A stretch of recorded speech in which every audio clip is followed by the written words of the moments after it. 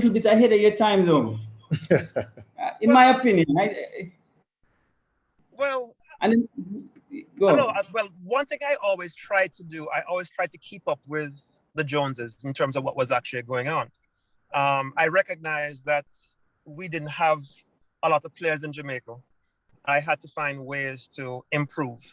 And based on what was going on in table tennis, whatever was happening on the international scene, I basically tried to replicate that. Um, so in terms of getting the ball early, I think in the early 80s, I think Tibor Klamper in those days, the Hungarians, they won the world team championships back in the 80s, I believe. And they were actually catching the ball early. I started that and recognized I had a huge advantage. And that's where it basically came from. So, Yeah, it was. fortunately, I was so yes. surprised, because I didn't grow up. I didn't see you play in your prime, and I saw you play with two pimples. Yeah, I didn't see you play that kind of. I was so surprised. And the next thing that stood out to me was your confidence, your overall body language around the table. It was at that young age. I think it ended up. I think you lost that match as well, but you remained cool and calm. So I thought that was I guess that at that age. I thought it was very rare and unique. So my question to you, Stephen, did you have a lot of mental training growing up in the school, that was just your kind of personality? Well, I don't know about personality. I think it has a lot to do with maybe how I grew up, and that stems from my parents in terms of their way of thinking. Um, my mother, especially, my mother was an athlete. Most people don't know, but she actually ran track for Camperdown and was very, very fast. That's probably where I got my speed. You might not know that I was very fast, but I was. Speed, Um, okay. but yeah, so a lot of that came from my parents. But I learned from a very early age that Stephen, uh, Stephen, yeah. what I'd like to add to that, that one of the you were also a very confident guy because you were in my peer group at the time. And I can tell you that Stephen was the first Jamaican to play a tournament in cycle short because that showed a lot of confidence because it was the talk of the town. Why is this big fella playing in cycle shorts Oh, in front of everybody? Yeah. okay. And Stephen actually played in the national arena. And another player followed him, Randy Fagan, also tried to play in cycle shots. Later on, Randy moved regular shots over the cycle shot because, the table, the people weren't talking about table tennis. Well, if you want to know about that and how that came about, but remember, cycle shots. At the end of the day, it's entertainment also. I'm there to win and Definitely. everything, but you have to entertain. The whole idea. Remember, we did have girls that came to watch. Yeah, I agree. I agree. And I mean, I heard you had a bit of a cycling career for a minute there. I mean, how did that come about? Your cycling? Cycling, Not cycling much came people. about.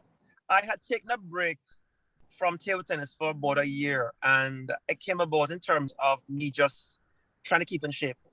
It was Okay.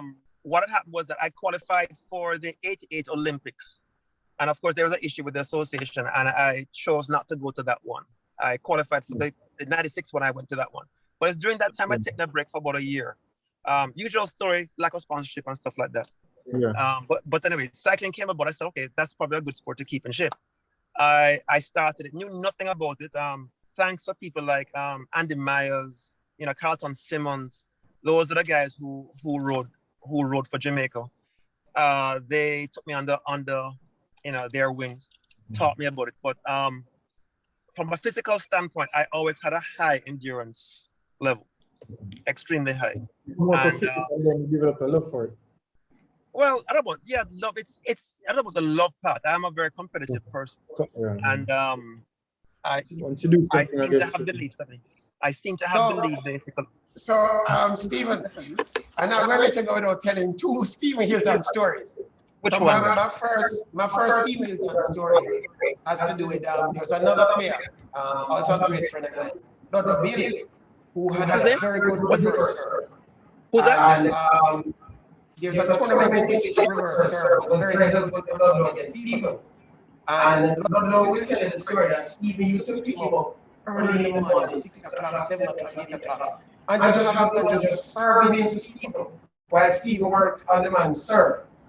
Right? And so that was just one indication of how obsessive Steve Hinton used to be about table tennis and how much of a perfectionist he was. That he would take this man out of his head to work on receiving that one serve. Not be able to tell it. The second Steve Hinton story is a classic, and Stephen knows I'm going to tell the story. And you come on here, you're going to hear the story. So Steve Hinton and I, and Derek Moore as well, Randy Fagan to some extent, we used to play among ourselves, very vicious table tennis matches. It's going to be mentioned at some point. And not many people know that Stephen and I used to play a trophy. We had a private trophy that Stephen and myself used to play for just this trophy. So I so Steve would beat me, we put our trophy, present it to him, next day we play, etc., etc. Now one day I was in Florida. I think it was at Barry University or some other university. Steve and I had a match. And so I managed to get the better of Steve. One of my greatest victories. Won the trophy and said, "Sir, present this trophy to me." So Steve had to come, wipe off the trophy, give me the trophy. I flew down to Jamaica with the trophy. Right? Called everybody as a lad. I get the trophy. I beat the big man. So this was on a Saturday, I reached back to Jamaica. Sunday morning, I wake up, boom, boom, boom on my door. Who's knocking? I go outside, boom, boom, boom. Who's knocking? Stevie Hilton. Come on, Peter, we're gonna play. Stevie Hilton flew down from Miami to come and play. The man climbed up Huey, beat me, and said, "I want my trophy." I went back for the trophy. That was the last time we played for the trophy. I asked Steve Hinton that story. Get back the trophy. Yeah, those are the days, and you know, Peter, that was after I retired. So yes, the juices don't really go away. And Stephen have to ask us. I mean, my executive producers, Simon and Peter, said, ask Stephen octagon. I said, "What is the octagon?" He said, "They don't just ask him." I'm like, "What is the octagon?" I mean, just ask him. Tell us about the octagon. I'm clueless, but I mean, no, what is this octagon? The octagon is something that Peter and I really started, and we were playing matches. There are times when you didn't have enough tournaments in Jamaica. We even started sometimes where everybody put some money in. We started with that, putting some money in, and the winner took the spoils. Yeah. But the octagon is really about myself and Peter, where you're talking about that particular trophy, which is a big deal. It's your honor. So I think most people kind of know that Peter likes to talk. So you know. So this is why this is why what a lot of these guys don't understand, you know, is the warrior code philosophy of table tennis. Exactly. We saw ourselves as warriors, and your pride was on the line. If you lose and you're driving back with a man, you're going to have to take the target. So you can tell you, it was war. We would put our money on the line. We would put our training on the line. Because everybody wanted bragging rights. The octagon was essentially about bragging rights. Yeah. And I remember there was one tournament. Think about this tournament. Nigel, Christopher Marsh, Josie Gibbs, Michael Hyatt, Steve Hinton, Peter Munoz. Who was in that tournament, Steve? That was like a war. I think Steve won.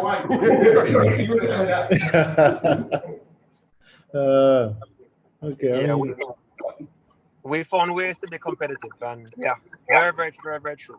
And I guess that helps to push the sport and the level of table tennis as well. Yeah, there were those days where no matter what, you always had to have your racket in the car. I've had situations I'm driving to work, and Ludlow Bailey would see me at the stoplight and say, "I want you now." Yeah. And he put his money down. He's gambling once. So we go to camp, and of course, I would take his money and then go. So that's how it was. And back in the day when you had clubs, JCY, that's Peter Muyoung, JCY.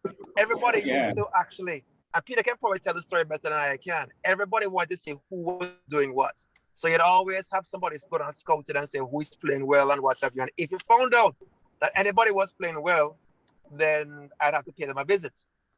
Yeah. Just to make sure. Stephen. Okay, Stephen. We have a lot of potential Olympians listening and watching Primal Sports live right now.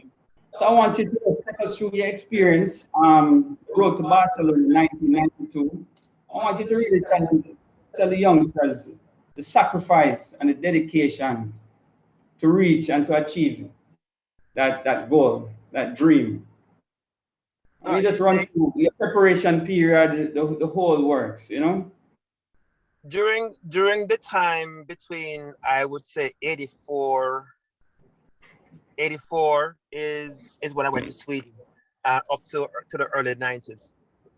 That's what I in Sweden. But I think I have to get this across to everybody. A lot of people think that you need to get away and go to China, go to wherever, and it has never been always about that. Fine, that's all well and good, but your home is the most important place. Take for example, if you remember, Peter was speaking and he was talking about my titles and what I've done. When I beat the number 3 player in the world, and he was then the European champion, I never went anywhere. I wasn't living in Sweden. I didn't go anywhere to go and train for wherever. It was myself, Winston Counts, and probably Evan Williams at national training. We were practicing out at that particular time. I was homegrown. Now, because of that victory, thankfully, basically, I got a contract, and I was scouted then and played in Sweden for quite a few years. But in terms of getting to that level, the most important thing is what you can control, and youngsters, listen to this. Focus on what you can control. Don't worry about anything else. What can you control? You can control how many hours you play. Now, who knows how often everybody plays? How many hours is everybody putting in? I mean, the world is so connected now. Everybody knows what the top players are basically doing. I was even telling my daughter, if you find out that people are playing 5 hours a day, you need to play 6 hours a day. That's basically it. You put the time in, it will reward you. Unfortunately, most people don't put that time in. And, if you can't put that time in, you're going to find that the people who are going to be victorious.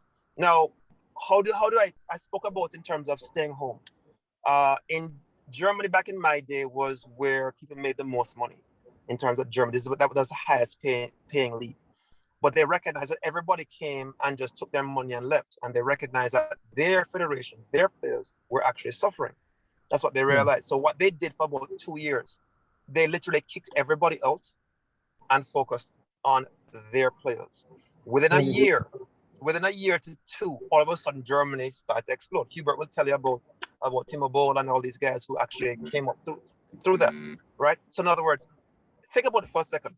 The best players in the world were there, and what did they do? They kicked them out. Now that's probably unheard of, but just understand this. I don't care where you are, Jamaica, wherever it is. We all believe that we need to go afar in, as you guys say. No, it can be done right here. Yeah, you start from home. That's a concept that you have to get good at home first before, as I say, have a rule a yard before you go abroad. You can't just travel and not do the groundwork at home. Exactly. That's so true. That is so true. All right, Stephen, we're running out of time. Oh, really? I just started. Boy, I have so much talk. So much to, for you to impart knowledge on the youngsters coming up. We ourselves try to do that for the next generation. We learn from you, and I guess that's where the connection is. And we try to. Stephen, I wouldn't want to. I wouldn't want to let you go without asking you a couple of questions that I've always wondered about. That what your opinion would be.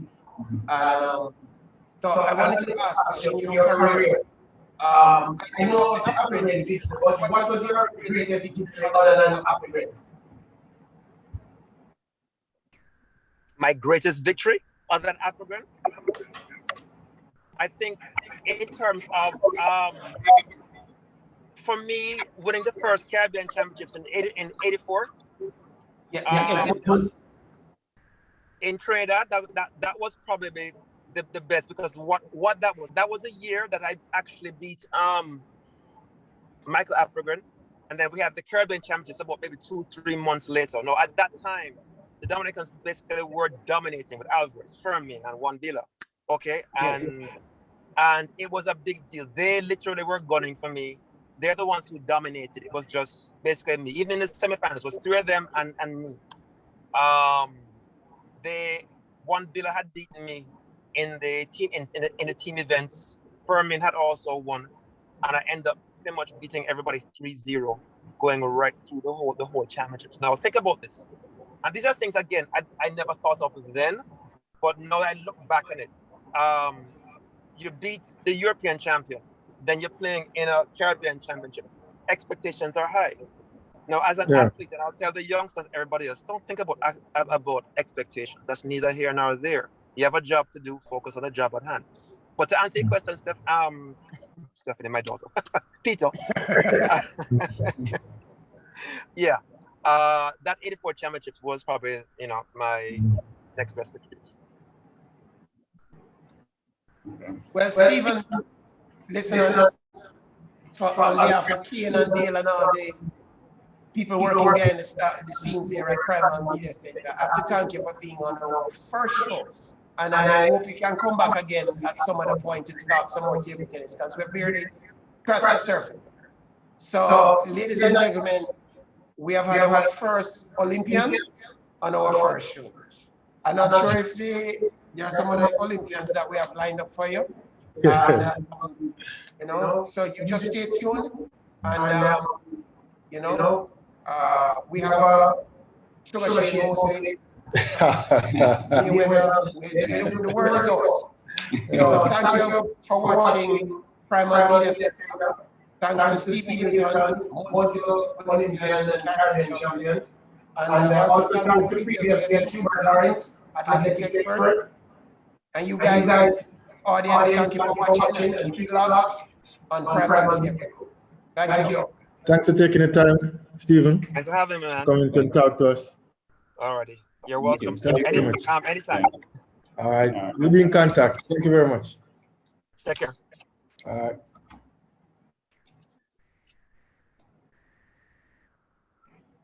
All right,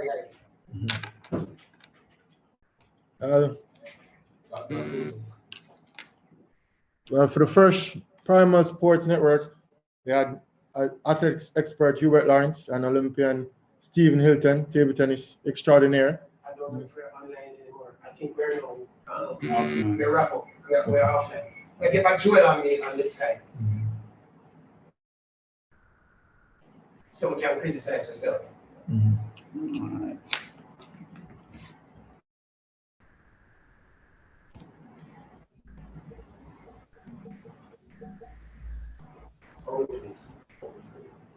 All right, great first show.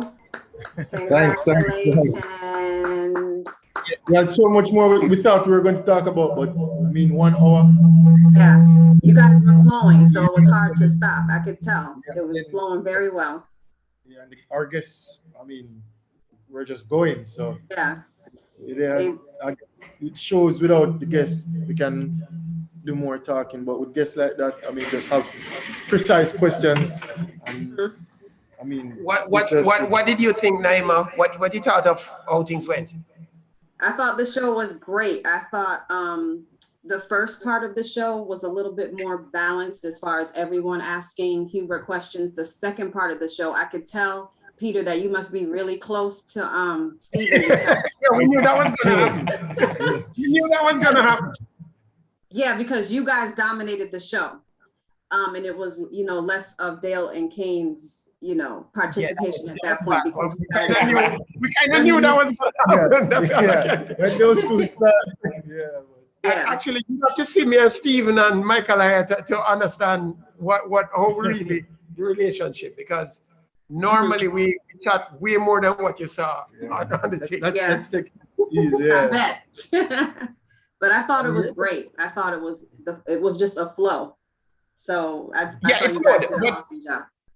Joel, I thought we were gonna have a ad at midpoint, and that's why I didn't. When Stephen came on, it was kind of awkward. So I had to tell him we couldn't get the audio anyway. So you're definitely going to have to edit that. Yeah. The thing is, you guys probably need, until you can do it on your own, somebody in studio to control.